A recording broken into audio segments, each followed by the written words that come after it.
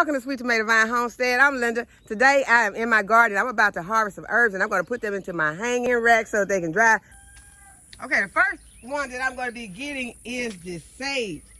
It has been a while since I harvested some of my sage and I am going to get a lot of it. Got a marshmallow plant right here that was left in here. I took the marshmallow root out and put it in another pot, but I see I left some of the marshmallow root and it's growing right here, so that's fine.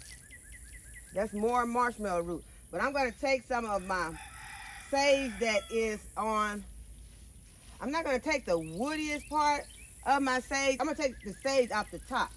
I'm not going to cut down into the woody part. I'm just going to cut the sage off the top.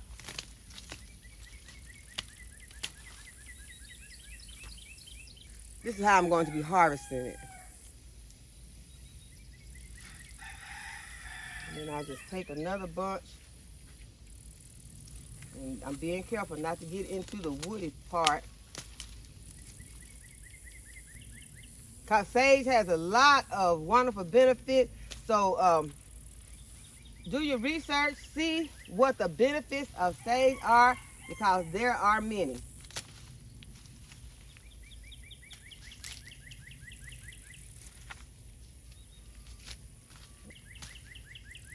The sage smells so good.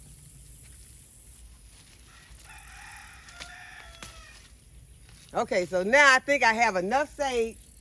And let's see what else is in this area that I can get. What other herbs are in this area that I can get? I have some seeds right here. And I think that this is this is dill seed right here.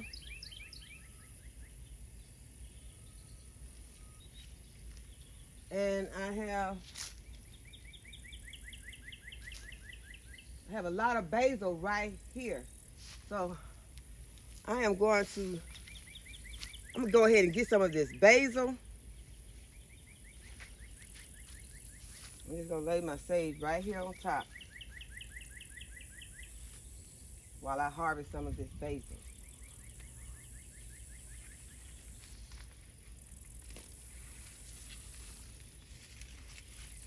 And it's in a really tight spot, so this is going to be a fast harvest. I'm going to do this really fast. And there, I have basil. And this is the holy basil, I think. I have to smell them sometimes. Okay, I think that's the holy basil. Okay, so I'm going to go ahead and get I got my sage. What is that? I spit something. Oh, I got my sage and my holy basil. And so we're going to go ahead and we're going to put this into the dryer. Okay, I harvested some basil. I'm going to put it into the hanging rack. And now I'm going to harvest some rosemary. And this is the rosemary that I started from seeds this year.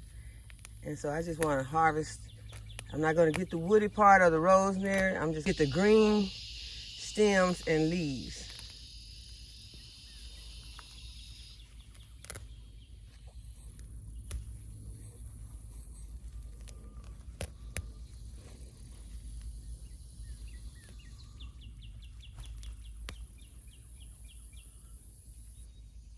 I have some lavender right here that has some pretty purple flowers on it. And I'm going to go ahead and cut the tops off of this lavender. Yeah, it smells so good. Okay, there's some more rosemary that I started from seed right here. I'm going to harvest some of this.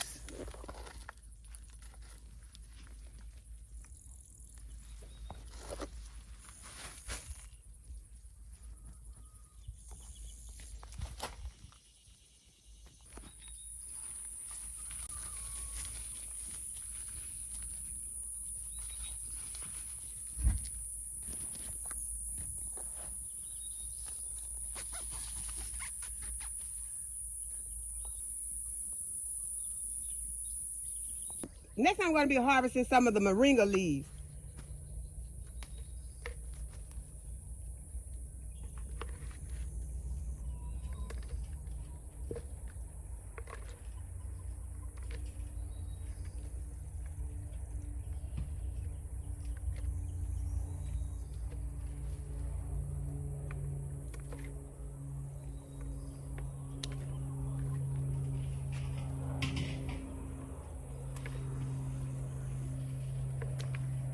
Y'all do your research to see what the benefits of moringa are, because there are many.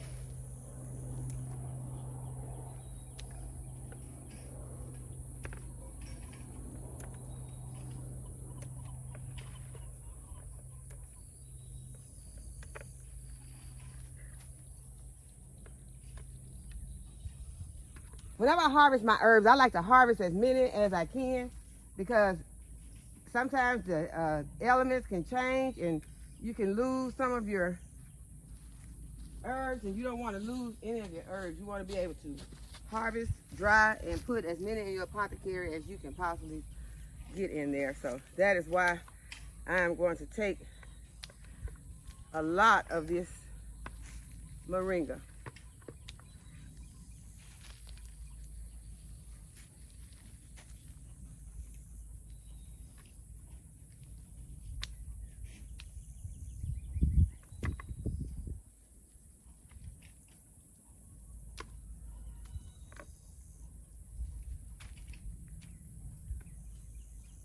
And your best leaves are going to be these leaves that are not yellow, but I'm going to be just going ahead and getting all of them now, and I can sort them out later.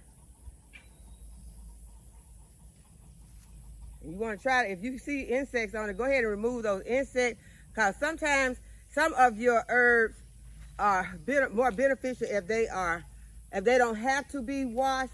You can give them a rinse if they are just really dirty, but like this moringa is not dirty, so I'm not going to worry about rinsing. I just want to make sure that there are no pests on it, and I'm going to go ahead and put them into the dryer.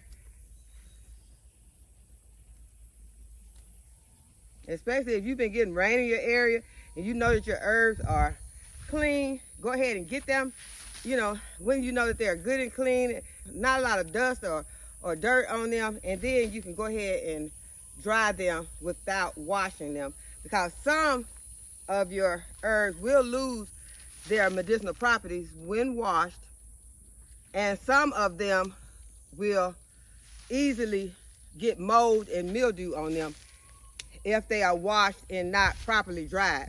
So the key to it is, if you are going to wash them, you have to make sure that you dry them thoroughly, because it would be sad to come in to your herbs and find that your herbs are all molded. Okay, so I'm gonna leave some for photosynthesis, because I've gotten most of my big leaves off. I thought I heard something. Oh yeah, I did. Heard one. I got most of my big leaves, so I can go ahead and I got another moringa tree over here that I can get some leaves off of. So let's go over here to this other tree and get some more moringa leaves. So I'm getting these ones that have the huge leaves on them. And most of those are going to be the ones at the bottom.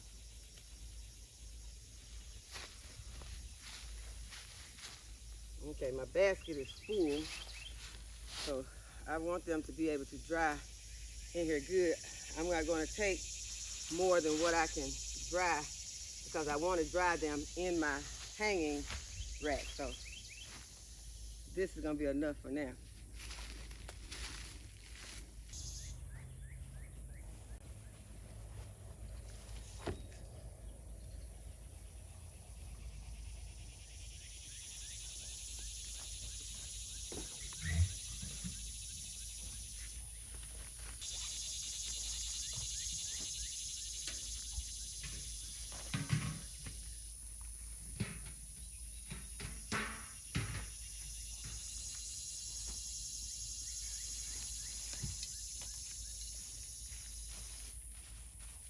Okay, so I have a lot of moringa in here.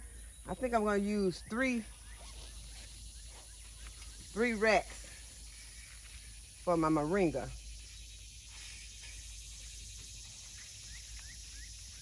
Make sure you label your drying rack, because a lot of these herbs will look the same once they are dry, especially your lavender and your rosemary.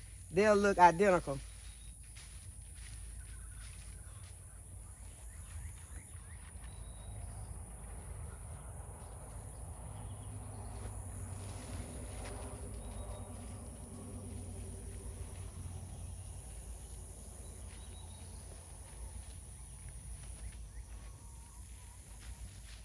See, I'll be able to spread them out really good. You don't want to crowd your herbs in your drying rack. And you don't want to put this in direct sunlight. You want to put it in a shaded area outside. And if it rains, I go ahead and I bring mine in.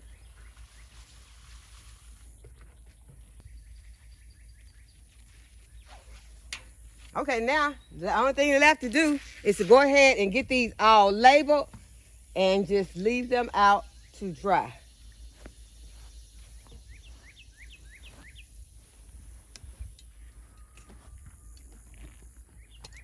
So let's see what all we have in here. Okay, the first one has sage. The second one has the holy basil.